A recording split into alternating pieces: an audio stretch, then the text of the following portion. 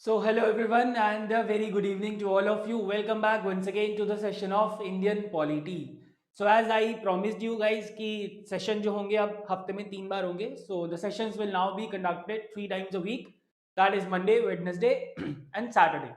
So, till the previous session, guys, we have completed fundamental rights, and I hope all the provisions with respect to fundamental rights are clear. अगर अभी भी कोई doubt है तो you can ask me in the comment section. I will definitely take those doubts. All right.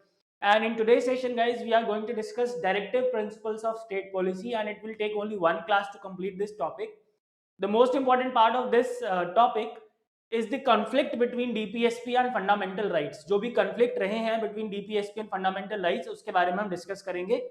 But उससे पहले हम जानेंगे कि DPSP होते क्या हैं, what are the DPSPs, why these DPSPs were incorporated into the Constitution of India, क्या reasons था, ये सारी चीज हम समझेंगे. So let's begin with the session and let's first of all try to understand what are DPSPs, what is the basic essence to add DPSPs within the Constitution of India. See, what is the full form?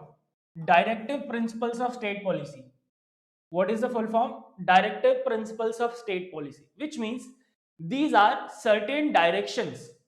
These are certain directions. Okay, these are certain directions given by Constitution of India. These are certain directions given by Constitution of India to the states.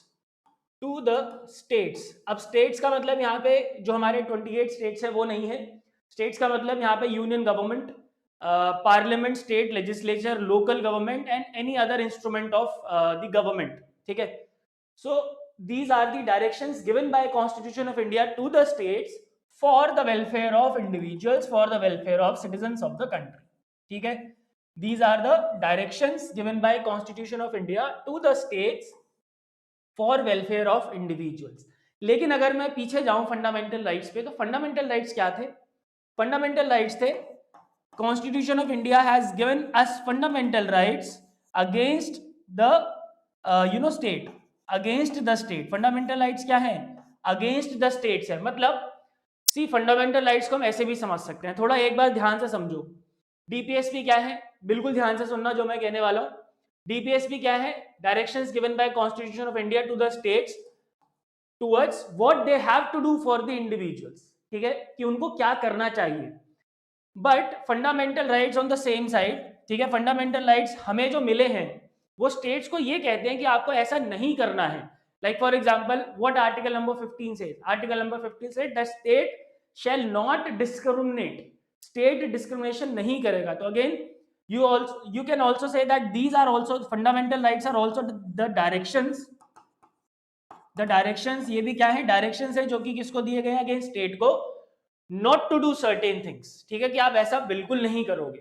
alright, so these are also the direction, but here we are talking about just the DPSP. So DPSP are the directions given by Constitution of India to the states for welfare of the individuals, or you can say the citizens. Okay, basically these are the principles which the state has to, मतलब in principle के पास के साथ state को follow, इन principles को state को follow करना पड़ेगा while formulating any law.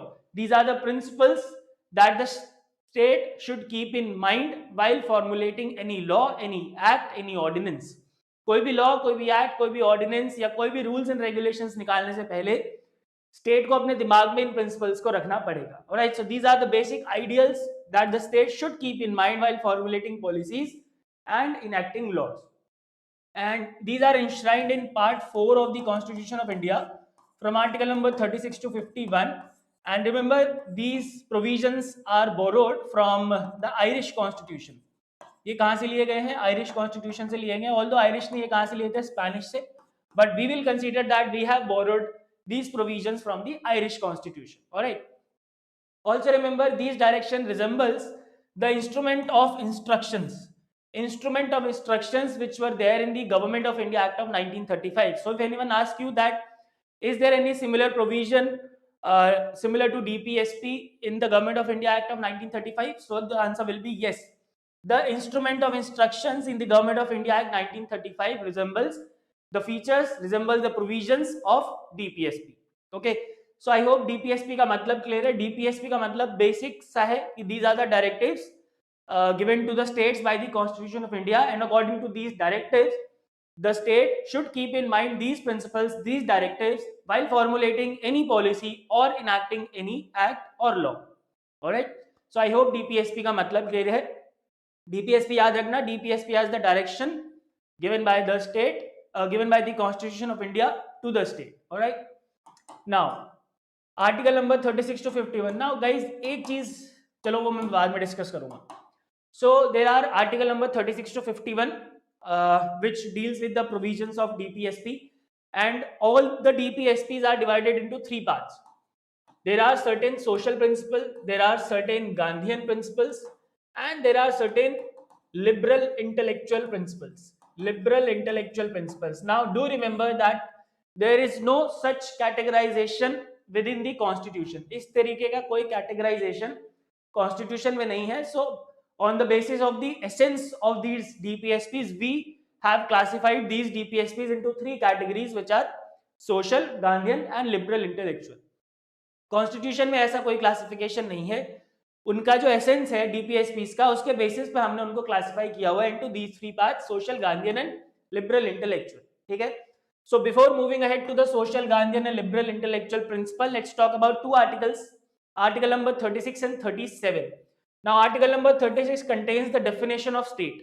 Article number 36 contains the definition of state, according to which the state word includes legislative and executive organs of the central and the state governments, matlab parliament and the state legislative assemblies, all local authorities like any rule, any regulation enacted by local bodies like Panchayati Raj and the municipal bodies, and other public authorities in the country. Public authorities in the country का मतलब क्या है? कोई भी ऐसा government का organ, ठीक है, कोई भी organ of the government, any instrument of the government will be treated as state within the definition of state given in article number 36 of DPSPs.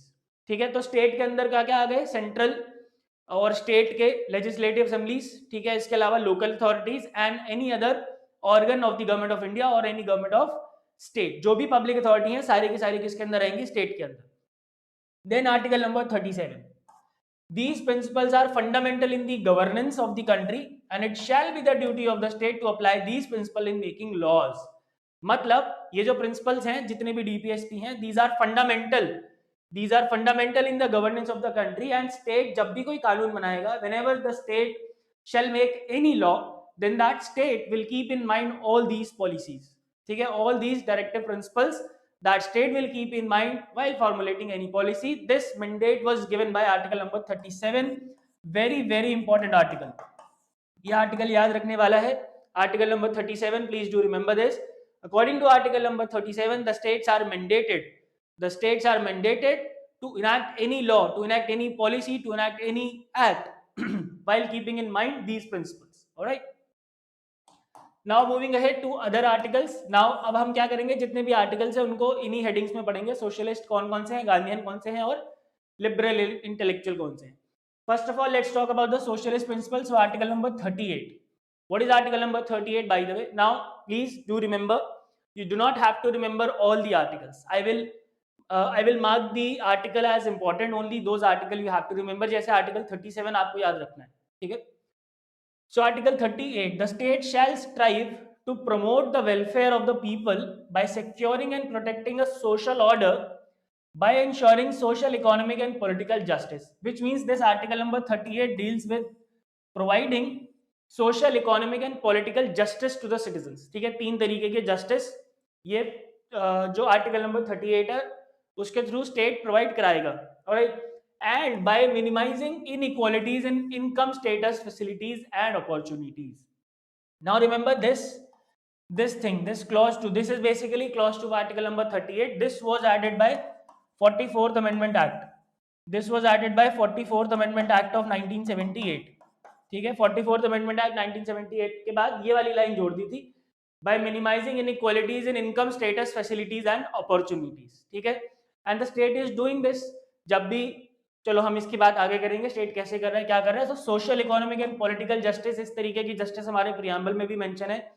So DPSPs में बेसिकली हमारे पूरे कॉन्स्टिट्यूशन के ideals mention है कि हमें जब कोई state कोई लॉ बना रहा होगा तो पूरे के पूरे कॉन्स्टिट्यूशन का आइडियल्स को उसको अपने दिमाग में रख के चलना है, ठीक है, ऐसे ही कुछ भी नहीं बना देगा.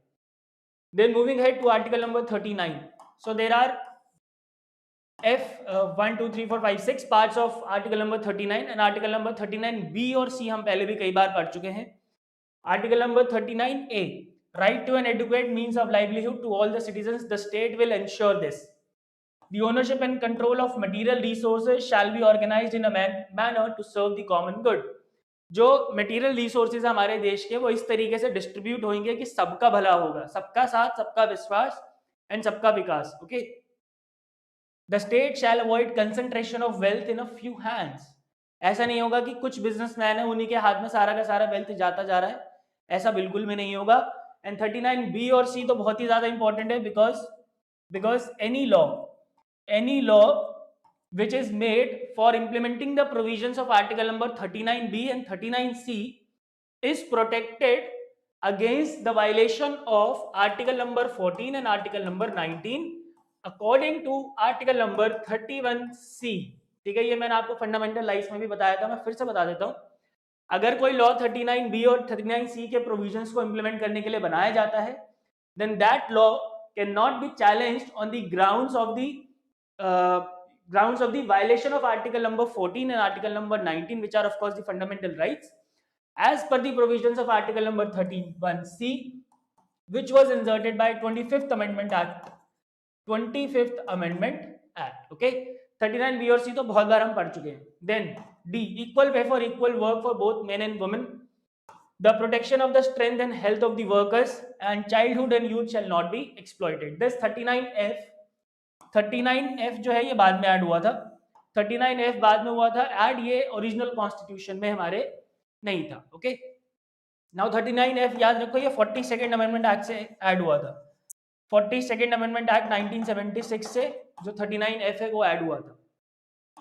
Moving ahead to other article number 39A, this was also added by 42nd Amendment Act. ठीक है, and it is the state shall promote equal justice and the state shall provide free legal aid to the poor. Article number 41. अब इसमें 39A आपको याद रखना है, this is important. ठीक है, 41 पे आ जाओ. To secure the right to work, to education and to public assistance in cases of unemployment, old age, sickness and disability. So the Ministry of Social Justice and Empowerment is doing, and in fact Ministry of Education also is doing a lot of work for implementing this article number 41. जो unemployment के cases हैं, old age के cases हैं, sickness के cases हैं, disability के cases हैं, उसके रिगार्डिंग गवर्नमेंट बहुत सारा काम कर रही है. The persons with disabilities are also provided reservation in the jobs. They are also provided reservation in the admissions in colleges and universities. Old age के लिए there are various social security benefit scheme of the Ministry of Social Justice and Empowerment. Sickness के लिए of course we have Ayushman Bharat. ठीक है, there are various other schemes also. Sickness में तो बहुत सारी स्कीम है Ministry of Health and Family Welfare की, like for example we have Ayushman Bharat, we have that Rashtriya Vayoshri Yojana for the old age people. ठीक है, we have Pradhan Mantri Matru Vandana Yojana for the pregnant ladies. We have Janani Suraksha Yojana again for the pregnant lady. ठीक है, सो sickness के लिए तो बहुत सारी चीजें जो गवर्नमेंट हमारी कर रही है for implementing this article number 41. Then article number 42. The state shall make provisions for securing just and humane conditions of work and for maternity relief. Labour codes क्या है? लेबर कोड्स भारत सरकार क्यों लाई है? बिकॉज उनको कॉन्स्टिट्यूशन में mandate मिला हुआ था कि भाई you will make provisions for securing just and human conditions of work and of course for maternity relief there are various acts. ठीक है, मैटरनिटी बेनिफिट एक्ट है जिसके through maternity relief is being provided to the working women. Then article number 43, the state shall endeavor to secure to all workers a living wage and a decent standard of life. Minimum wages act क्या है वो? Minimum wages act सरकार क्यों लेके आई है? सरकार को क्या पड़ी है मिनिमम वेज देने की? क्योंकि कॉन्स्टिट्यूशन ऑफ इंडिया ने बोला है सरकार को कि ऐसा करो, स्टेट को बोला है कि बेटा तुम्हें ऐसा करना पड़ेगा.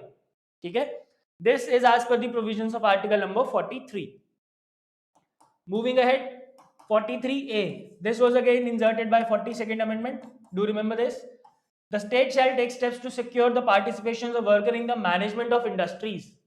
जो स्टेट है वो सिक्योर करेगा कि जो वर्कर्स हैं वो पार्टिसिपेट करें in the management of industries, मतलब सिर्फ वो वर्कर्स ही बन के ना रह जाए, सिर्फ वो लेबर्स ही बन के ना रह जाए, सिर्फ उनकी जिंदगी गड्ढा खोदने में ही ना निकल जाए. सो to enhance the participation of workers in the management, article number 43A was inserted by 42nd Amendment Act of 1976, and it mandate the state to take steps to secure the participation of workers in the management of industries. All right. Then article number 47, the state shall take steps to improve public health and prohibit consumption of intoxicating drinks and drugs that are injurious to health. So there are various acts, various campaigns, there are various awareness programs which are being conducted time to time by the government of India or various government of state, to control the consumption of intoxicating drinks and alcohols and other drugs. And article number 47 also mandates the states to that they will take these steps to improve the public health, and there are various government schemes working towards it. Now talking, ये जो नशे हैं छोटे बहुत छोटे मोटे ये सब मत किया करो. If you want to do a नशा, then नशा बड़ा होना चाहिए. You should have सत्ता का नशा होना चाहिए. You should have ज्ञान का नशा, नॉलेज का नशा होना चाहिए. You should have बुक्स का नशा होना चाहिए. छोटे मोटे शराब नशे करना बंद करो, अगर करते हो तो. नहीं करते तो very good.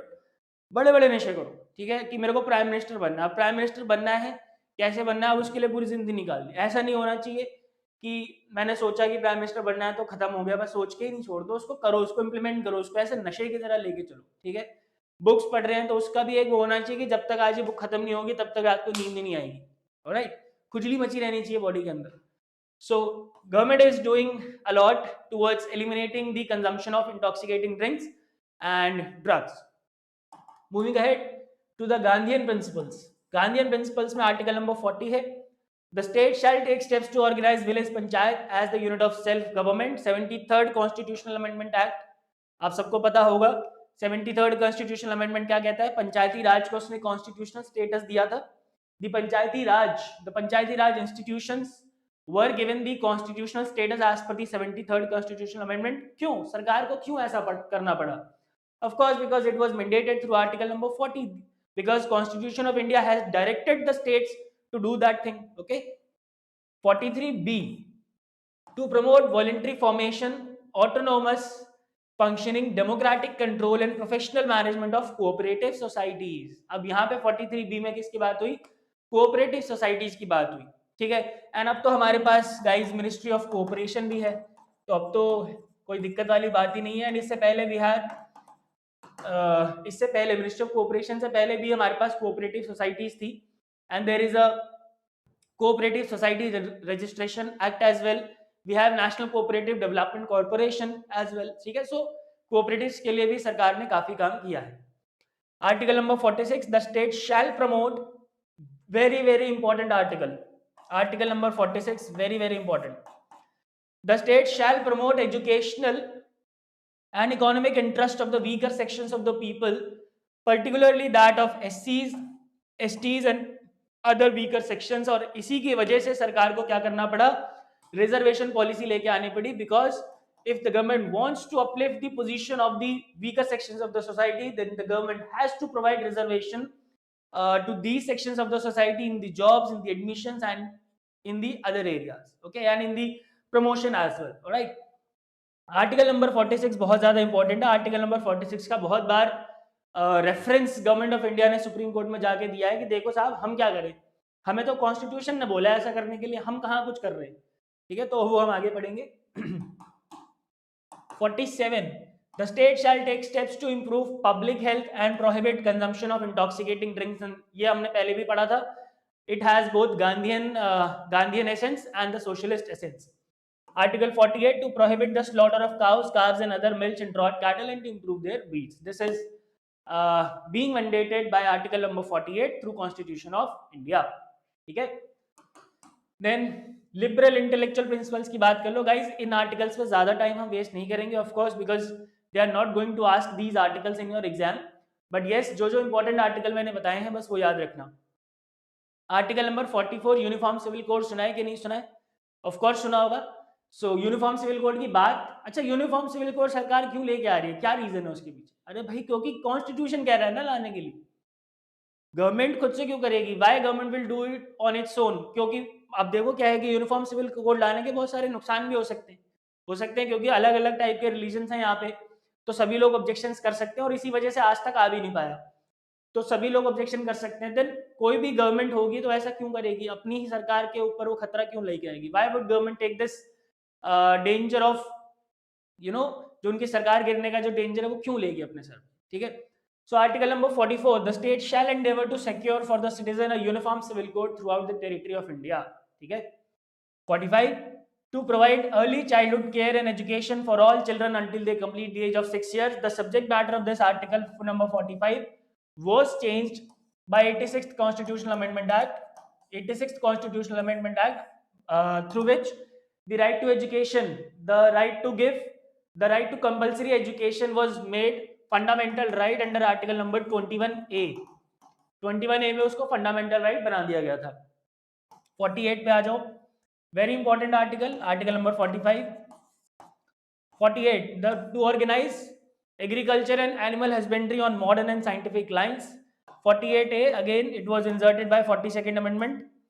To protect and improve the environment and to safeguard the forest and wildlife of the country, Wildlife Conservation Act, Forest Conservation Act, Environment Protection Act, Water Conservation Act. ठीक है जी, बहुत सारे कंजर्वेशन एक्ट है हमारे environment को protect करने के लिए और वाइल्ड लाइफ को प्रोटेक्ट करने के लिए। ठीक है। And of course these act are enacted to implement this article number 48A. Moving ahead, article number 49, and guys article number 48A भी काफी ज्यादा इंपॉर्टेंट है, कई बार इससे रिलेटेड एग्जाम में क्वेश्चन पूछा जा चुका है। Article number 48A, do remember this. 49 पे चलते हैं। The state shell protect every monument और प्लेस ऑफ आर्टिस्टिक और historic interest and the government is doing it with the archaeological survey of India जो है वो ये कर रहा है already. Then 50, the state shall take steps to separate judiciary from the executive in the public services of the state. Executive और judiciary का कोई relation नहीं होगा, they will always be separated as per the provisions of article number 50. But ऐसा हमारे देश में देखा गया है कि whenever the सरकार is कमजोर, the Supreme Court is more powerful. जब भी हमारे देश में सरकार कमजोर हुई है, सुप्रीम कोर्ट चढ़ के शक्तिमान बन गया है, और जब भी सरकार मजबूत हो रही है, सुप्रीम कोर्ट को चूहा बना दिया, सुप्रीम कोर्ट को बहुत ज्यादा वीक कर दिया है। मतलब ऐसा रहा है हमेशा से। मैं ये नहीं कहूंगा कि सुप्रीम कोर्ट को वीक कर दिया है।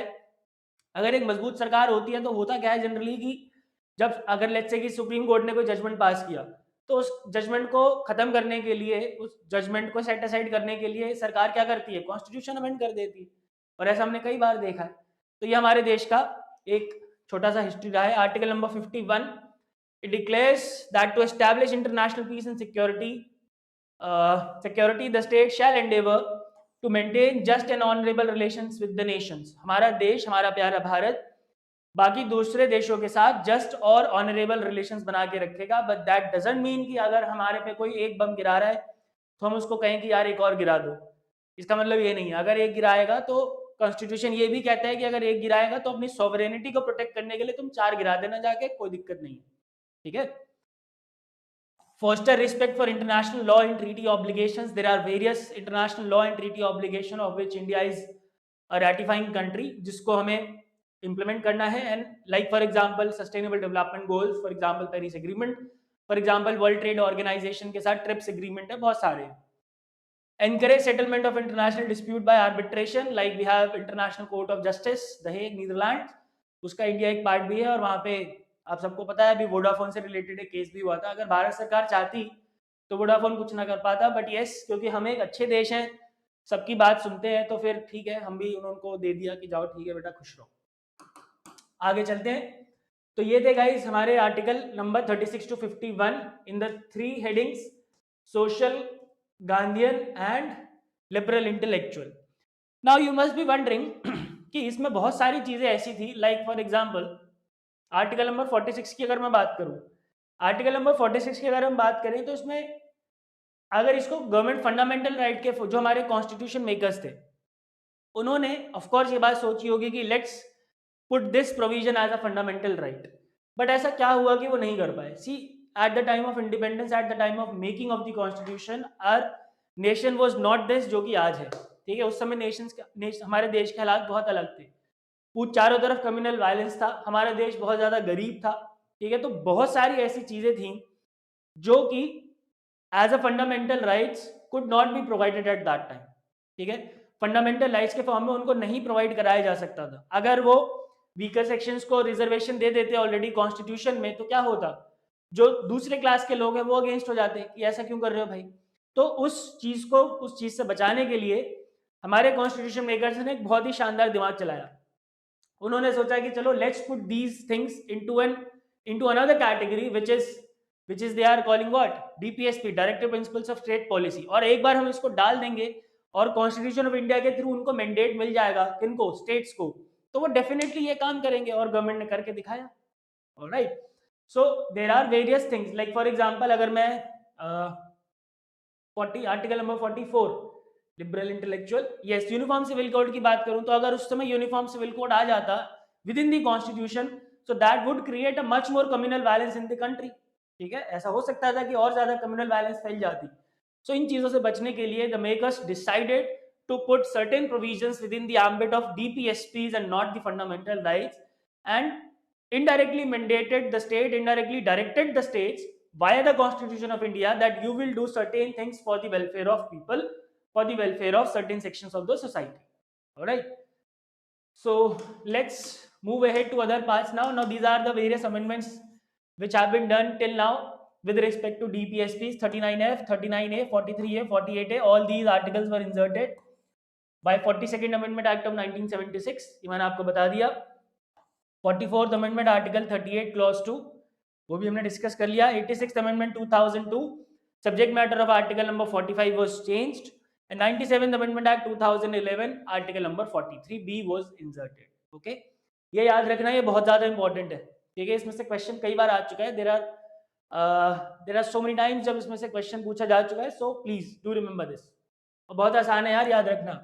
ए वाले सारे 42nd अमेंडमेंट, बस एक एक्स्ट्रा याद रख लो, 39F, 38 to 44 था, 86 तो याद ही होगा। 86th अमेंडमेंट तो यार रट जाना चाहिए, because right to education was made a fundamental right under article 21A, ठीक है। 97th अमेंडमेंट याद रखने की जरूरत है, बी वाला एक ही है, तो बी वाला किसमें, 97th में। ऑलराइट, नाउ अब आ जाओ the most important part of this chapter, that is fundamental rights versus DPSP। अगर आपने फंडामेंटल राइट अच्छे से पढ़ा है, if you have studied fundamental right properly, जो मैंने आपको वीडियोस में बताया, अगर आपके दिमाग में सब कुछ है, then definitely you will not face any problem in understanding this conflict. अगर नहीं पढ़ा है तो फिर भी कोई बात नहीं, I will try to explain each and everything, ठीक है। तो अभी अभी मैंने आपको चैप्टर के शुरुआत में एक चीज बोली थी, that fundamental rights are the negative directions to the state, that you will not do certain things with respect to the citizens or with respect to any person, ठीक है। But directive principles are the positive directions to the state given by the Constitution of India that you will do certain things for the individuals or the citizens, ठीक है। ये बात clear है। Now सबसे पहले fundamental rights और DPSP की जो लड़ाई शुरू हुई थी, that was in the Champakam Dorairajan case. She was a lady from Madras, from the state of Madras. She went to, चलो मैं पूरी स्टोरी बताता हूँ इसकी, और चंपकम दुराईराजन केस मैंने पहले डिटेल में बताया भी नहीं है, so let's try to understand what is this Champakam Dorairajan case. So she wanted admission to a medical college, she wanted admission to a medical college in the state of Madras, ठीक है। और ये 1950s की बात है, 50s की नहीं, 1950 में ये केस हुआ था, ये उससे पहले की भी बात है। इट इज ये जो एडमिशन वाली चीज थी, it is before the enactment of the constitution, ठीक है। सो मेडिकल कॉलेज में मद्रास में she wanted admission, but in the state of Madras at that time there was a communal government order, there was a communal government order, this was named as communal government order 1927 में, 1927 से चला आ रहा था in the state of Madras.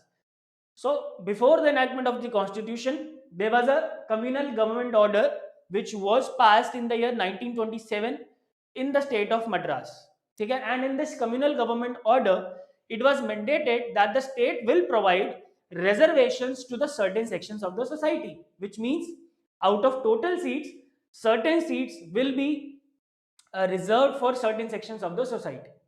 ठीक है, ये बात कम्युनल गवर्नमेंट ऑर्डर 1927 के अकॉर्डिंग मेडिकल कॉलेज मद्रास में एडमिशन हो रहे थे.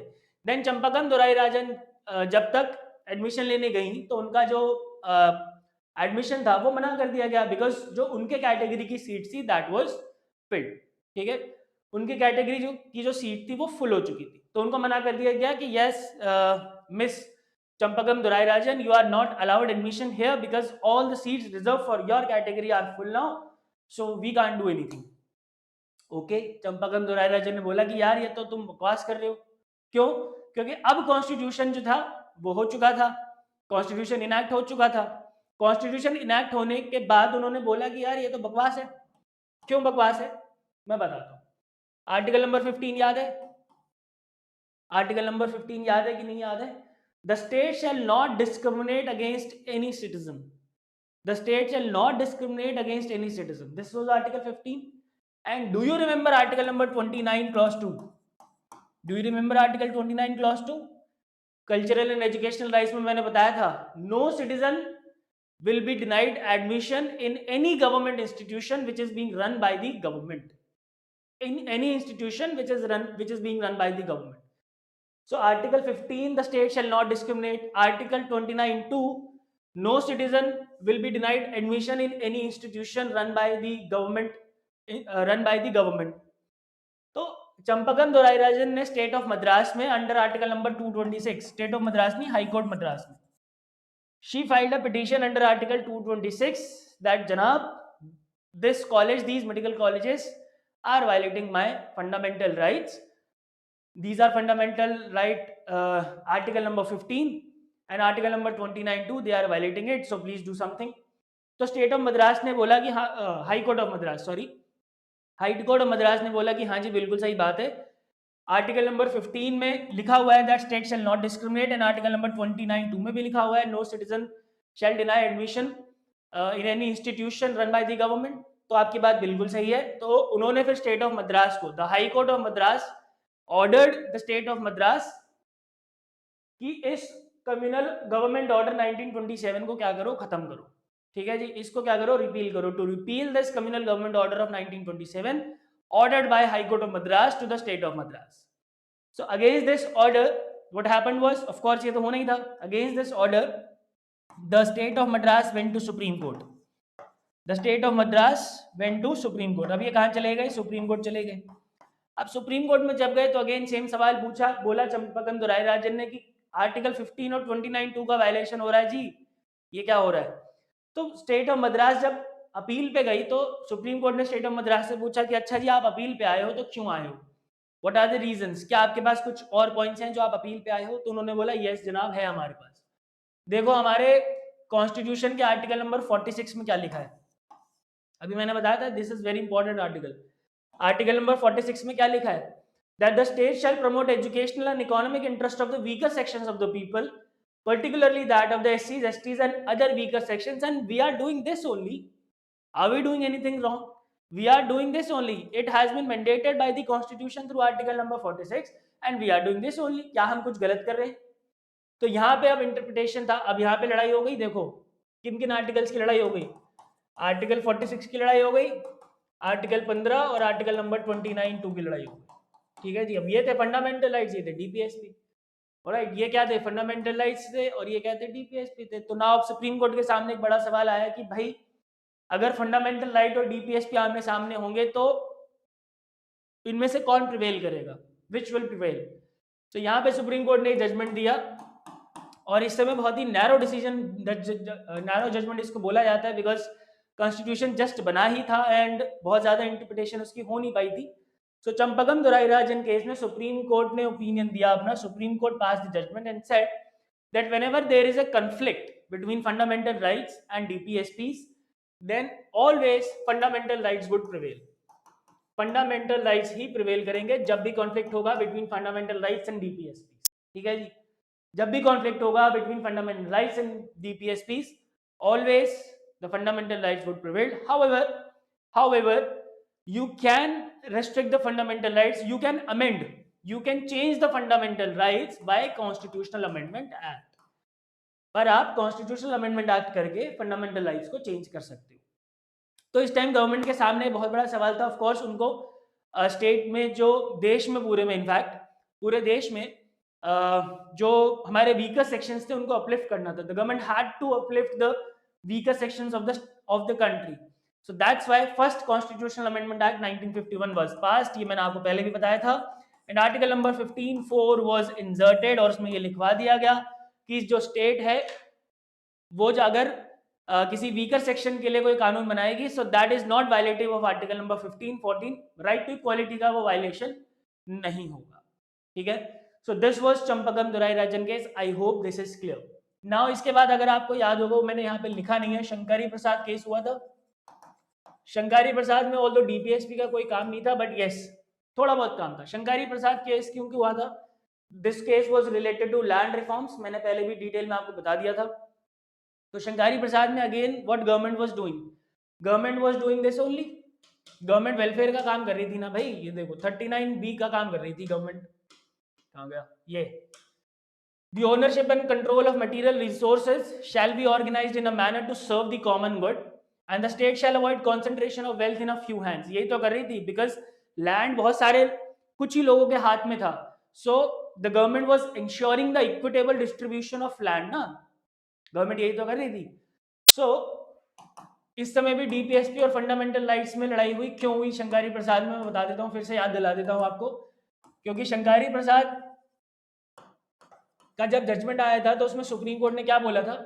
सुप्रीम कोर्ट ने ये बोला था बेसिकली, इससे पहले 9 शेड्यूल ऐड हो गया था, आपको याद हो तो यार प्लीज पढ़ के आया करो. 9 शेड्यूल, अगर इससे पहले फर्स्ट कॉन्स्टिट्यूशनल अमेंडमेंट एक्ट में ही 9 शेड्यूल ऐड हो गया था, 9 शेड्यूल ऐड हो गया था. So this case was regarding challenging the first constitutional amendment act. ठीक है, तो शंकरी प्रसाद में सुप्रीम कोर्ट ने ये बोला कि भाई देखो ऐसा है कि आर्टिकल नंबर 13 के अंदर जो लॉ की डेफिनेशन थी और आर्टिकल नंबर 368 के अंदर जो कॉन्स्टिट्यूशनल अमेंडमेंट एक्ट होता है, these are two different things. ये दोनों अलग अलग बातें हैं. ठीक है, मतलब the term law which is defined in article 13 clause 3 does not include the constitutional amendment act, ऐसा बोला गया शंकरी प्रसाद केस में. ठीक है, मतलब गवर्नमेंट के फेवर में जजमेंट आया. उसके बाद गोलकनाथ केस 1967, नेहरू जी और लाल बहादुर शास्त्री जी की डेथ हो चुकी थी. Indira Gandhi was the prime minister and that time the government was quite weak. जो गवर्नमेंट थी वो थोड़ी सी कमजोर थी. तो बस सुप्रीम कोर्ट ने फायदा उठाया और इस केस में जजमेंट पास कर दिया, गोलकनाथ में केस में, कि आर्टिकल नंबर 13(3), आर्टिकल नंबर 13(3) के अंदर जो भी टर्म मेंशन है लॉ, उस लॉ के अंदर कॉन्स्टिट्यूशनल अमेंडमेंट एक्ट भी आता है. And you can not amend the fundament and you can not amend the fundamental rights. ये कह दिया उन्होंने. क्योंकि अब अगर 13(3) के अंडर कॉन्स्टिट्यूशनल अमेंडमेंट एक्ट आता है and fundamental rights can only be amended bye constitutional amendment act, तो फिर यहाँ पे गड़बड़ हो गई ना, तो गवर्नमेंट तो फिर कुछ कर ही नहीं पाएगी. ठीक है, यहाँ पे हो गया. अब इसके बाद गवर्नमेंट के सामने एक सवाल आ गया, अभी गोलकनाथ पे रहते हैं, 1967 का केस है ये.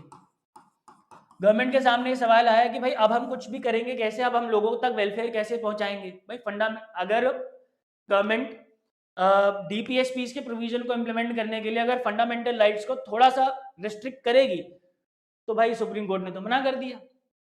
तो इसके लिए जब 1971 में दोबारा से मजबूत सरकार बनी, तो ये मैं पहले भी बता चुका हूँ कई बार, मैं फिर से रिपीट कर देता हूँ. 24th कॉन्स्टिट्यूशनल अमेंडमेंट एक्ट करा और उसमें 13(4) जुड़वा दिया और 368(3) जुड़वा दिया. 13(4) और 368(3) और दोनों में लिख दिया कि इन दोनों का एक दूसरे से कोई रिलेशन नहीं है. These two articles were added with 24th Constitutional Amendment Act, and the same thing was written in these two articles, that these two, article number 13, the term law mentioned in article 13(3) do not have the relation with Constitutional Amendment Act done under article number 368, और same 368 में लिखवा दिया कि इसका 13 से कोई relation नहीं है. Similarly 25th Constitutional Amendment Act करके उन्होंने आर्टिकल नंबर 31C ऐड किया. गवर्नमेंट ने 31C was added to 25th Constitutional Amendment Act, और इसमें यह लिखवा दिया that any law which is made to implement the provisions of article number 39B and 39C cannot be challenged on the grounds of violation of article number 14 and article number 19. ठीक है, तो इससे अब सरकार ने अपने आप को बचा लिया गोलकनाथ के जजमेंट से। उसके बाद केशवानंद भारती केस हुआ। केशवानंद भारती केस में सुप्रीम कोर्ट ने सीधा सीधा कह दिया भैया तुम्हें जो अमेंड करना है तुम वो करो, तुम आग लगा दो कॉन्स्टिट्यूशन में, हमें कोई लेना देना नहीं है, but you will not amend the basic structure of the constitution. ठीक है, और ये मैं कई बार बता चुका हूं, I will not repeat that, you will not amend the basic structure of the constitution. And Minerva mills में फिर इसके बाद 42nd अमेंडमेंट एक्ट हुआ। 42nd अमेंडमेंट एक्ट 1976 में व्हाट गवर्नमेंट डिड वाज, जो 31C था, government enhanced enlarged the scope of article 31C. What government did was government amended the constitution and 31C में लिखवा दिया not only 39B and C, any law which is made to implement any DPSP, मतलब कोई भी DPSP implement करने के लिए अगर सरकार कोई लॉ बनाती है तो that law will be out of the that law cannot be challenged on the grounds of violation of article 14 and 19. ठीक है, तो इस प्रोविजन को मिनर्वा मिल्स केस में जाके अनकॉन्स्टिट्यूशनल सुप्रीम कोर्ट ने करार दे दिया। This provision was declared unconstitutional during the Minerva mills case. Okay, Minerva mills, last वाली चीज में फिर से रिपीट कर देता हूँ। केशवानंद भारती में क्या हुआ, you can not amend the basic structure. Golaknath में क्या हुआ था, 31C लिखवा दिया था। 31C में क्या लिखा था, that any law made under 39B and 39C cannot be challenged on the grounds of violation of article 14 and 19। उसी के स्कोप को बढ़ा दिया 42nd अमेंडमेंट करके, एंड 31C में लिख दिया कि any law which was made to implement any DPSP, not only 39B and C, एनी DPSP cannot be challenged on the grounds of violation of article 14 and 19। ठीक है, and this provision was declared unconstitutional in the Minerva Mills case। all right, so these are some of the cases related to the conflicts between fundamental rights and DPSPs, and I hope this conflict is clear। so what is the situation today? अब आज आपसे पूछे तो कोई क्या situation है, situation वही है that if there is a conflict between fundamental rights and DPSPs, always fundamental rights would prevail, number one। number two, if any law which is made to implement 39B and 39C, ठीक है, so that law cannot be challenged on the grounds of violation of article number 14 and article number 9। okay, तो ये है आज की final situation। alright, and okay, that's it। so guys, I hope all the provisions are clear, and if you have any doubts guys, you can ask me in the comment section। तो ये था DPSP में हमने समझा सारे तरीके के जितने भी आर्टिकल्स हैं 36 to 51, DPSP क्या होता है, DPSP को क्यों लाया गया, and what are the conflicts between DPSP and fundamental rights। all right, and I'll see you in the next session। in the next session we will discuss fundamental duties, and the next session will be on Monday at same time 6 p.m। thank you so much for watching, goodbye, take care, and God bless।